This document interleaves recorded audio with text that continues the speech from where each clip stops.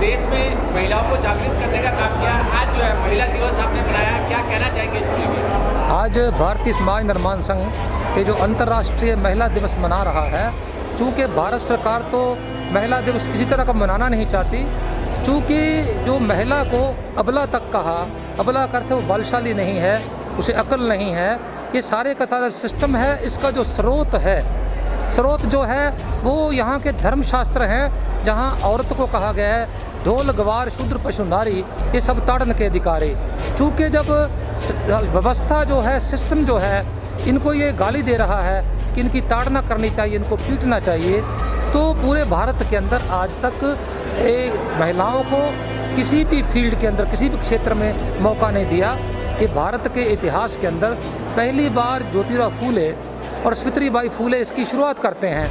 तो इसी आंदोलन को महिलाओं को हक हकूक मिले, अधिकार मिले, इसका जो कहता है कि इसको आगे सबसे बढ़ाया बाबा साहब अम्बेडकर ने।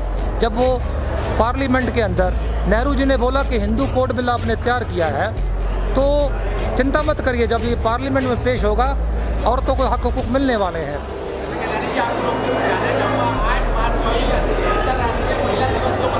हैं? अच्छा, ऐसा ही बात है। आपने बहुत अच्छा प्रश्न किया कि 8 मार्च को महिला दिवस क्यों मनाया जाता है। क्योंकि संसार की एक ऐसी नारी जिसका नाम क्लारा जेटकिन है, ये जर्मन की रहने वाली जो लेडी है, ये जर्मन में जन्मी है, लेकिन जब थोड़ी थोड़ी बड़ी होना, पढ़ के बड़ी होती है, तो इसके दिमाग में एक बात आती है कि जितने भी यहाँ कार्यस्थल है जर्मन के अंदर, औरतों के ठीक वेतन भी नहीं मिलता, काम ज़्यादा लिया जाता है। उसने महसूस किया कि जो औरत है इनको कोई भी मानवीय अधिकार दे नहीं रहा, तो उसने ये काम शुरू किया। और सबसे पहले उसने बोला कि मैं सबसे ज़्यादा जो प्रभावित हूँ वो कार्ल मार्क्स की विचारधारा से प्रभावित हूँ। तो कार्ल मार्क्स की विचारधारा जिसका पूरे संसार में पता है, और कार्ल मार्क्स की विचारधारा से कई देशों में लोगों के समाजवाद देखा, तो इस लेडी ने ये काम शुरू किया। जब काम शुरू किया तो जर्मन का जो व्यवस्था है, शासन व्यवस्था, वो चाहती नहीं वो काम करे, वो स्विट्ज़रलैंड भाग गई। स्विट्ज़रलैंड के बाद वो फ्रांस में रही, और वो फ्रांस में भी नहीं टिकी तो अमेरिका में आ गई। तो जब ये जर्मन में काम कर रही है, जिस राजनीतिक दल में काम कर रही है, उस दल का एक पर्चा था जिसे हम कहते हैं, हम क्या बोलते अपना न्यूज़पेपर, वो न्यूज़पेपर का नाम था, जर्मन में तो और नाम है उसका, जो अंग्रेज़ी में कहा था इक्वालिटी, समानता नाम का पर्चा निकाला। उसमें बताया कि जब हमारे अधिकारों के लिए, पीछे भी लिखा हुआ है, कहता है कि जब जो जितने जो कहता पुरुष है, अगर वो हमारी बात नहीं करते तो ये बात महिलाओं को आके करनी पड़ेगी। तो वो जब महिलाओं को इकट्ठा करती है, तो फिर संसार के कुछ देश पहले इकट्ठा होते हैं, वो देश इकट्ठा होके चिंता करते हैं। और सबसे पहले जो प्रस्ताव दिया वो क्लारा जेटकिन ने दिया, क्या ये दिन संसार में नहीं मनाना चाहिए?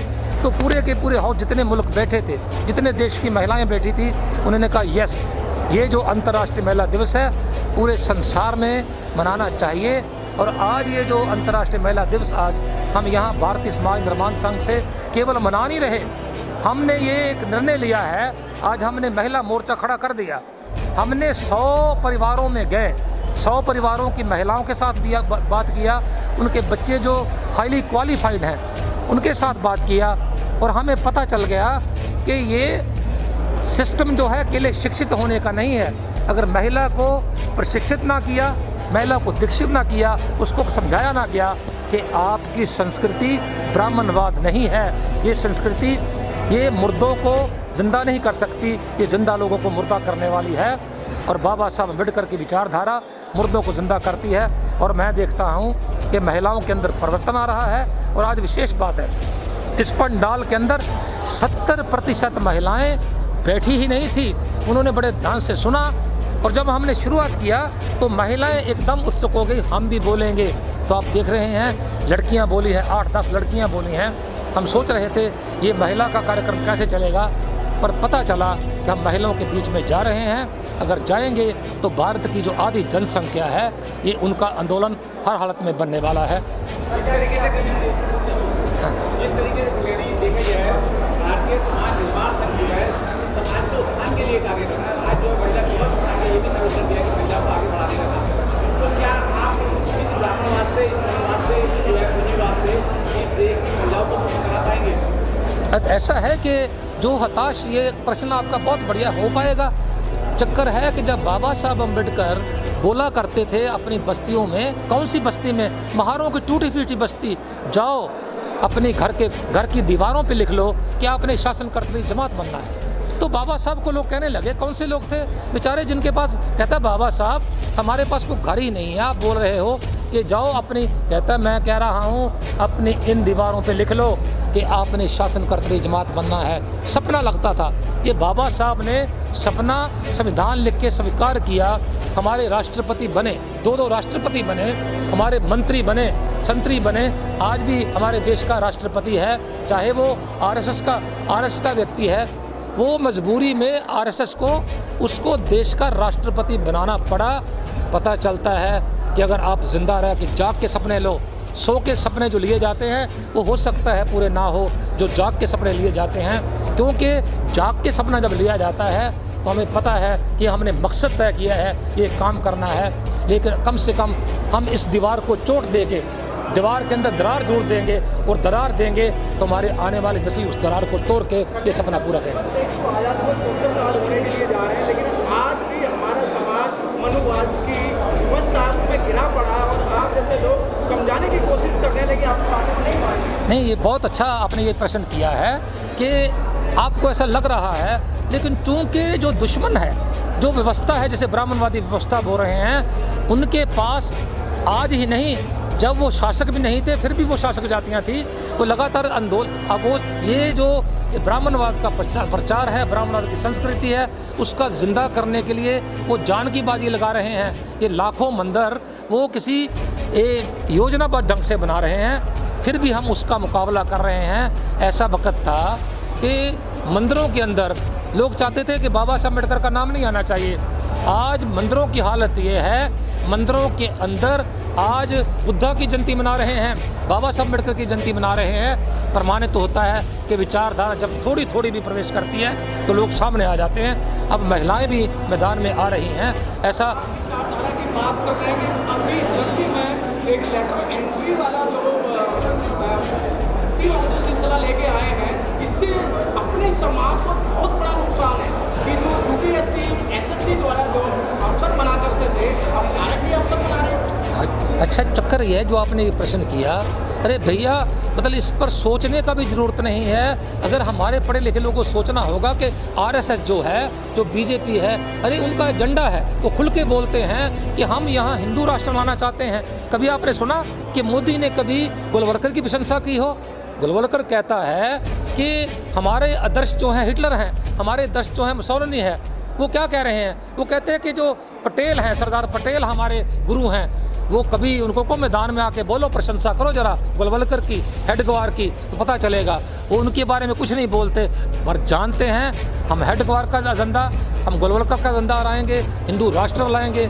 हिंदू राष्ट्र में बाबा साहब ने कहा था इस देश के अंदर हिंदू राज नहीं आना चाहिए। अगर हिंदू राज आता है तो ये हमारे लिए आत्मघाती काम होगा, इसका हमें ध्यान देना होगा। आज जो हमारे यहाँ शासन प्रशासन है वो आज डंके की चोट पे सामने हमारे ऊपर चोट कर रहा है। सारे के सारे जो हमारे विभाग हैं, जितने इंस्टीट्यूशन हैं, यहाँ तक कि सुप्रीम कोर्ट के जज जो आप देख रहे हैं कि सुप्रीम कोर्ट का जस्टिस, आज जो राज्यसभा के मेंबर हैं, मुख्य न्यायाधीश, क्या कह रहे हैं? कहते हैं कि मैं रिटायर होने से पहले बाबरी मस्जिद का केस डिसाइड करके जाऊंगा।